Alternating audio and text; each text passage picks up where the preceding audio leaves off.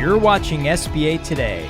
With all the latest news, stories, and advice, here are your hosts, Paul Long and Tonya Mazarek. Welcome to SBA Today for the week of February 18th. I am Paul.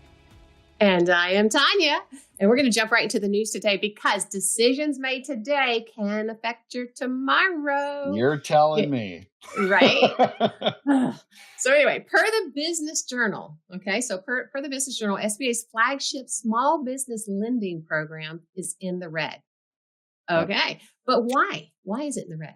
The Small Business Administration's flagship 7A loan program lost hundreds of millions of dollars in 2024, creating a negative cash flow. Now, this was due to the agency's fee reductions, which we all know, right? And an increase in loan defaults. The finding and others, right, come from a detailed risk assessment by the SBA of its 7A portfolio through June 30th of 2024. It was obtained by the Playbook as part of the Freedom of Information Act request. It shows a portfolio stressed by rising defaults, creating more loan purchases by the agency, of course, and fees and less money coming in from fees. Additionally, it showed an impact starting in late 2023 due to the reduction in the loan origination fees, which long have covered the cost of purchasing these failed loans from lenders. Anyway, let's break down some of those findings.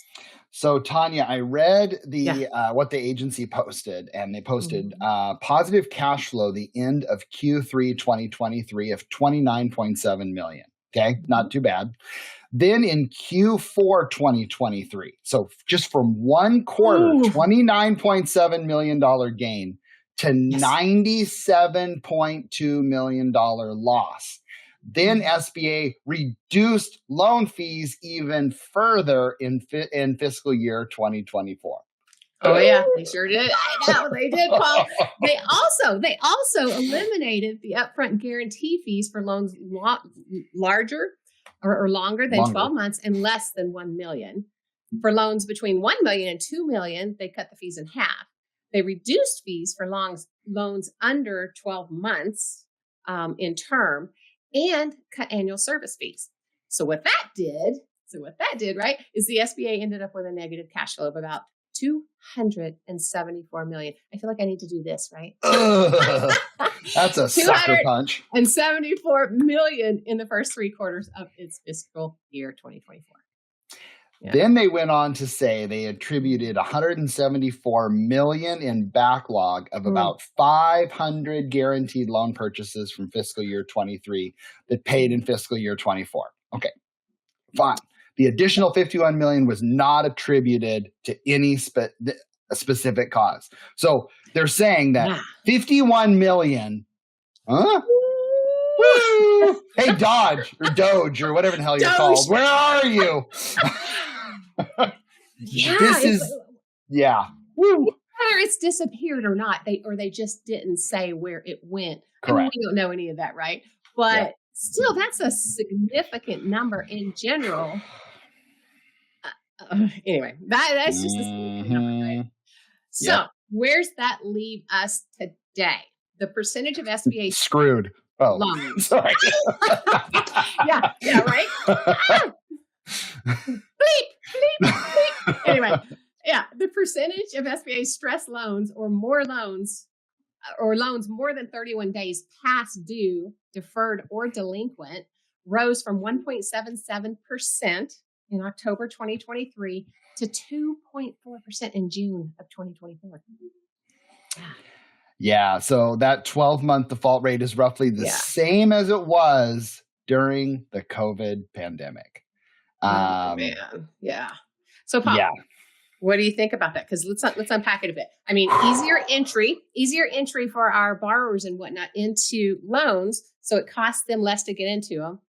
Has it backfired? Thoughts? You know, there's a couple things I'm thinking of, and I read through it a couple times to make sure that they were talking specifically about the 7A program and not putting anything in with PPP and EIDL, because I want to because EIDL is a whole nother problem.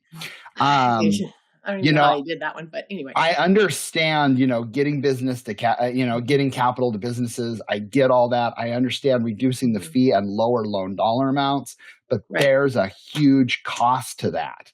And that's the point it's absolutely scary. And guys, if you think fee waivers are going to happen next year, I mean, I would bet some good money that all fee waivers are gone. Right. That's as well opinion. As likely the no loan origination fees under $1 million. Oh, 100%. Yeah, that's all gone. It's going to go back to statute rules based on there. No more. It's scary, and then that hurts access to capital, right? So I mean, it's a balance, but we got to figure it out. Yeah. It's a balance. And I mean, all of us loan officers, right? We had much better years and whatever, because we were able to get people in the loans that maybe would have had a little bit more of a challenge based on the cash, right? The equity piece of it, because those loans went down. And then we've got the back end part of the service fees. I mean, we got to do something. Yeah, they've got to do something. And it's going to be a little bit of a pinch, both for borrowers moving forward. But guys, if we're just kind of giving it away, and those that we're giving it to maybe are defaulting a bit, well, we're hurting those that actually could get it and not default. So. This is an insurance policy, people. It is. It is. You've got to have enough money to come in. I mean, look at what happened in California in the fires. Do you think insurance premiums are going to go up? That's the exact same thing that we're in here, 100%. Right? Yeah. When there's a disaster, you got to have the funds to pay for it. And guys, and loan officers out there, be careful with that, right? If they are, if they are that tight, maybe they need to take a little bit of time to get more capital and be in a better position. Even though that means that you're not closing that loan, it's better for that borrower in the end to actually have what they need, so there aren't as many defaults. So that's true. Yeah. So moving on, we have a new associate administrator of the Office of Capital Access. This is a position that's very important within the SBA. If you don't kind of get down to the nitty gritty and nerd out like Tonya and I do on the SBA. So President Trump has appointed Thomas Kimsey, President and CEO of Thomas Financial Group. We are immensely proud of Thomas Kimsey's commitment to serving his country in his critical role, says the chairman of the board of the Community Bank Shares. His extensive experience and position for supporting small businesses make him uniquely qualified to improve the SBA's ability to drive economic growth and create opportunities for entrepreneurs nationwide. Take a breath. Take a breath. I know. Okay, so I'm going to pause for 1 second. Do you think that sentence was made, because I quoted, from AI? Or do you actually think that was a quote?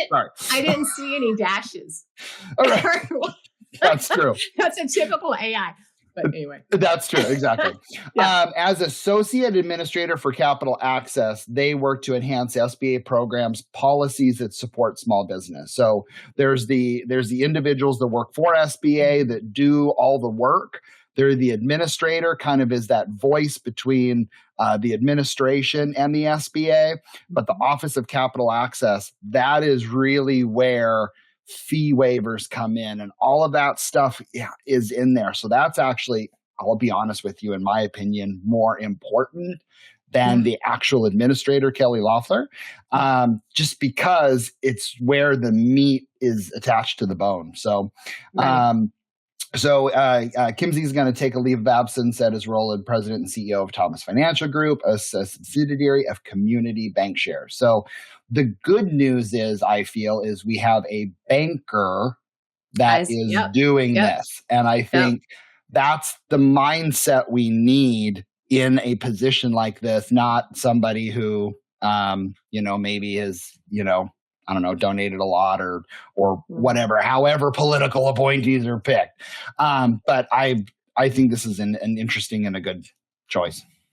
I think it's a great choice. And I mean, it's kind of the same thing that we have with Kelly Loeffler, right? So she's somebody that's been in business. She's been in business. She's been an entrepreneur. She knows about small business. And now she's coming in to run something that's over small business, right? Or that's helpful to small business. And then now we've got this one where it comes in and, a banker. I don't know. I think there's a couple of really good. I do too. Really good appointments, really. I'm excited because, we do need to run this as a business, even though it's painful, just like any other business sometimes has to lay people off, sometimes has to, mass hire, sometimes have to restructure. This is a business. It's backed by billions of dollars of the U.S. federal government, but we need to run it like a business so we can all stick around and have the great jobs that we are all used to having. Exactly. And hey, now you didn't know this was coming, but I'm going to ask you. So have you ever had a decision, right, that you have made that the consequence wasn't exactly what you anticipated? No. Never? What the hell? That's absurd, Tonya. Never. Oh my God. Are we talking this week? Are we talking last week? Or ever? I'm talking. For me, it could have been like an hour ago. I mean, who knows, right? Absolutely. It's crazy. Yeah. It's a very interesting world we live in right now. Like I said, I always sit back and eat my popcorn and watch what happens, regardless of political beliefs. And, it's going to be what it is. But sometimes you have to in order to make positive change, you have to go through some really tough times.